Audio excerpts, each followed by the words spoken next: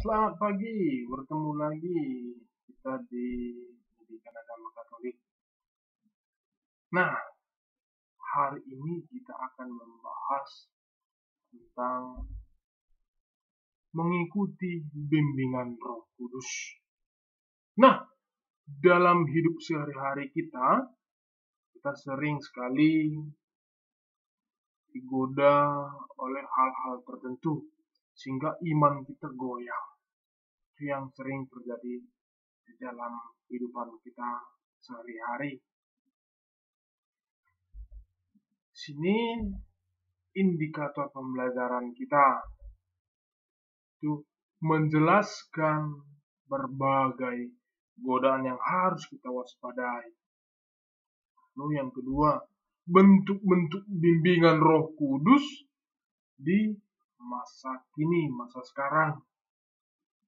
Nah, lalu hal yang perlu kita perhatikan untuk mendapatkan karunia Roh Kudus. Karena banyak yang tidak bisa membedakan apakah itu karya Roh Kudus ataupun karya roh yang lainnya. Nah, kita masuk. Nah, contoh godaan yang harus kita waspadai agar tidak jauh dari karya Roh Kudus. Dan kita harus berwaspada dengan tindakan kita, pola pikir kita, renungan di dalam hati kita. Nah, pertama, godaan untuk mencari kesempurnaan tidak sesuai dengan panggilan hidupnya. Godaan yang mencari kesempurnaan yang tidak sesuai dengan panggilan hidupnya ya. Kadang-kadang kita sebagai manusia ini ingin mau mencari yang paling sempurna, tapi belum tentu itu sesuai dengan kehendak Allah. Nah, itu yang sering terjadi dalam hidup kita sehari-hari. Nah, yang berikutnya, godaan melakukan pelayanan yang berlebihan sehingga tidak memperhatikan kewajiban-kewajiban lainnya. Kita memberikan pelayanan yang kesini bagus, namun kewajiban yang lain kita abaikan. Seperti itu maksudnya. Yang ketiga, dorongan untuk berbuat dengan mengharapkan pamrih. Nah, kita banyak kadang-kadang mau membantu, mau berbuat, namun mengharapkan imbalan, mengharapkan pamrih. Sebagai pengikut ataupun sebagai anak Allah, supaya Roh Kudus itu selalu menyertai kita, kita harus memberikan kasih tanpa pamrih, melakukan perbuatan dengan tidak mengharapkan imbalan. Kadang kita sering dalam sehari-hari mau membantu, nah nanti akan dikasih sesuatu. Nah, itu yang mengharapkan pamrih ataupun upah. Itu yang harus kita waspadai sehingga kita tidak jauh dari karya Roh Kudus. Yang keempat, godaan untuk merasa senang, memikirkan jasa-jasa sendiri dan cenderung ingin dihargai. Ini juga di sini kamu harus hati-hati. Kenapa? Kita ingin melakukan tindakan yang senang dan harus dihargai orang lain. Padahal kita hanya mengingat jasa kita sendiri.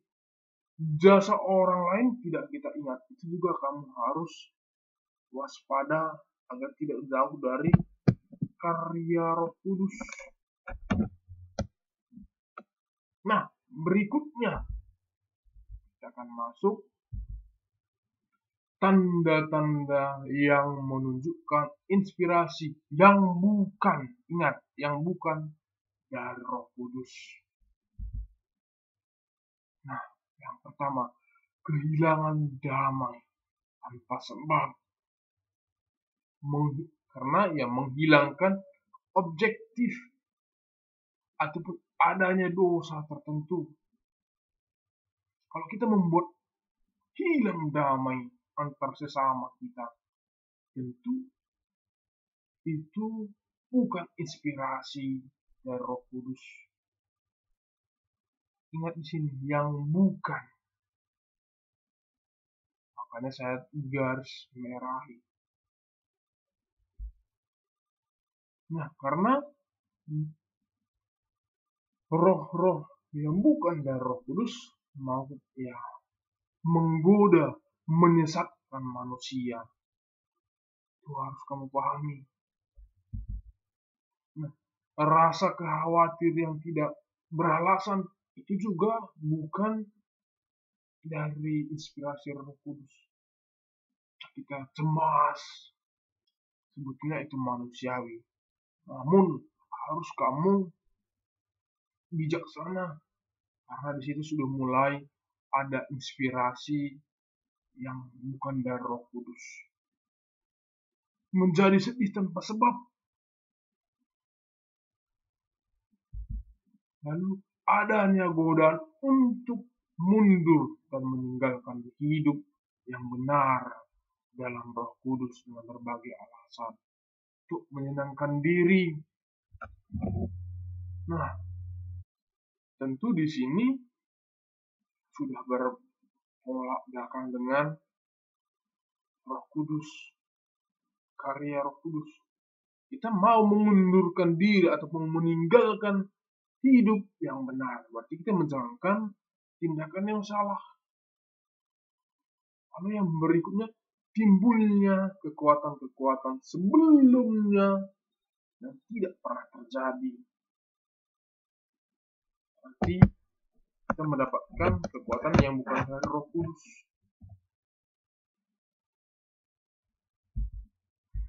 Berikutnya, ini yang penting. Roh Kudus membimbing melalui apa kepada kita? Melalui sabdanya dalam kitab suci. Nah, ada apa dengan kitab suci? Kitab suci adalah sumber bimbingan yang pertama dan utama dalam hidup kita sebagai umat beriman, apalagi kita sebagai pengikut Kristus. Nah, dengan adanya sabdanya, bacaan kitab suci, Allah mengajar, menerangi, menyatakan kehendaknya, menegur kita. Itu semua kita bisa memperoleh dari kitab suci. Itulah sabda yang melalui bimbingan Roh Kudus.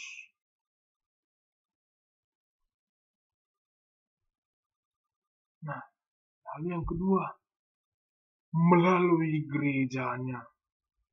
Berarti kita mengikuti ajaran gereja. Berarti kita mengikuti bimbingan Roh Kudus. Nah, sebab gereja itu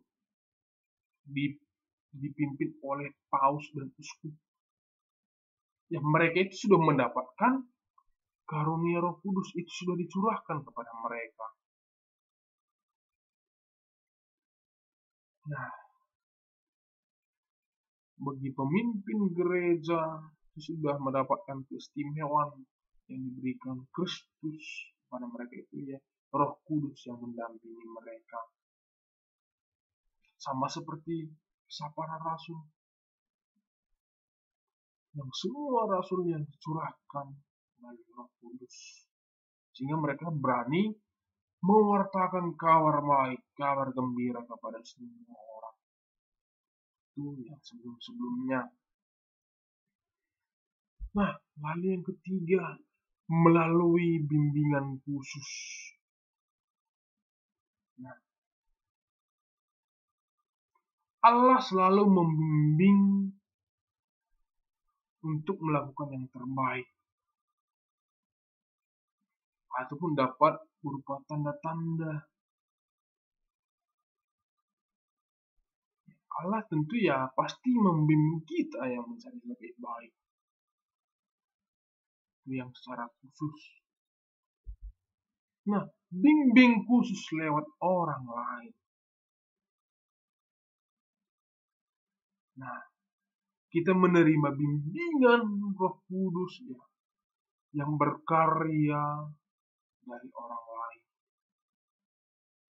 Dengan cara bagaimana?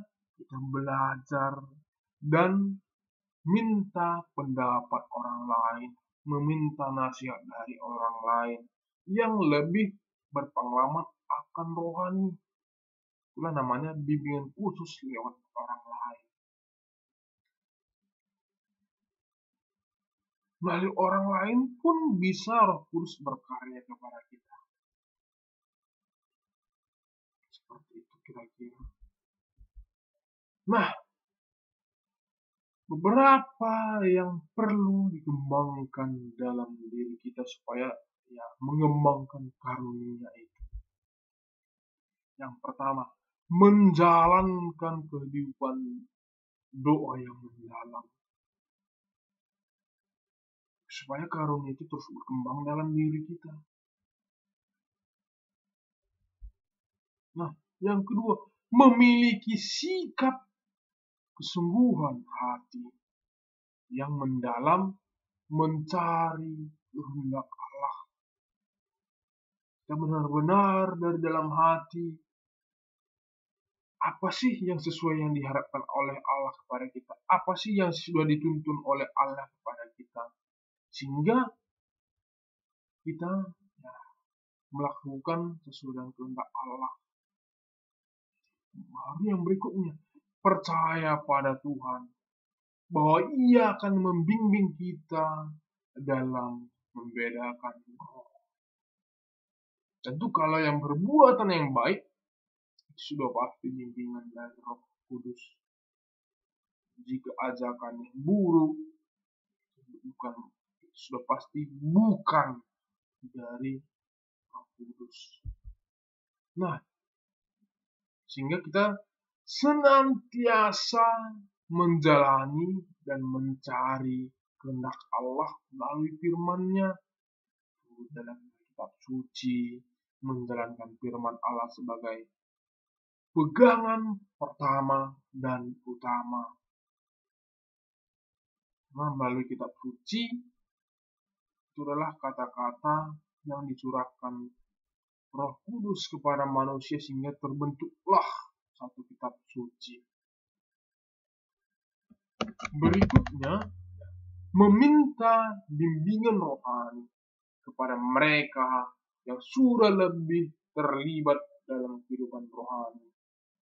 Nah, inilah 5 yang perlu kita kembangkan dalam diri kita sehingga karunia Roh Kudus itu selalu menyertai kita. Nah, mari kita coba mendalami kitab suci.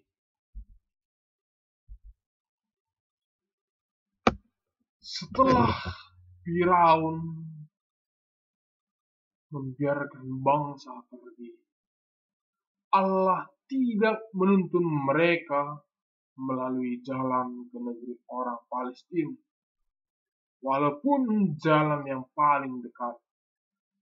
Sebab firman Allah, jangan-jangan bangsa itu menyesal apabila mereka menghadapi peperangan, sehingga mereka kembali ke Mesir.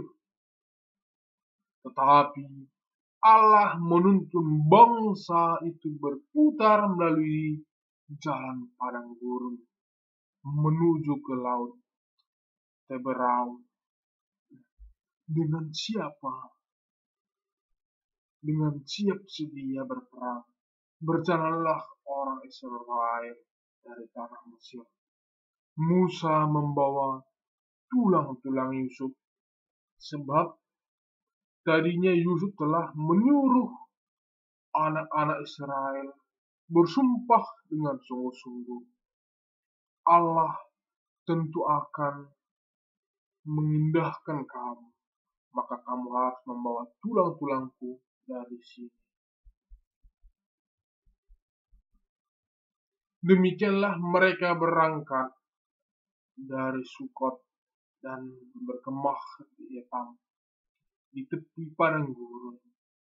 Tuhan berjalan di depan mereka pada siang hari dalam tiang awan untuk menentukan mereka di jalan, dan pada waktu malam datang dalam tiang api untuk menerangi mereka, sehingga mereka dapat berjalan siang dan malam dengan tidak beralih.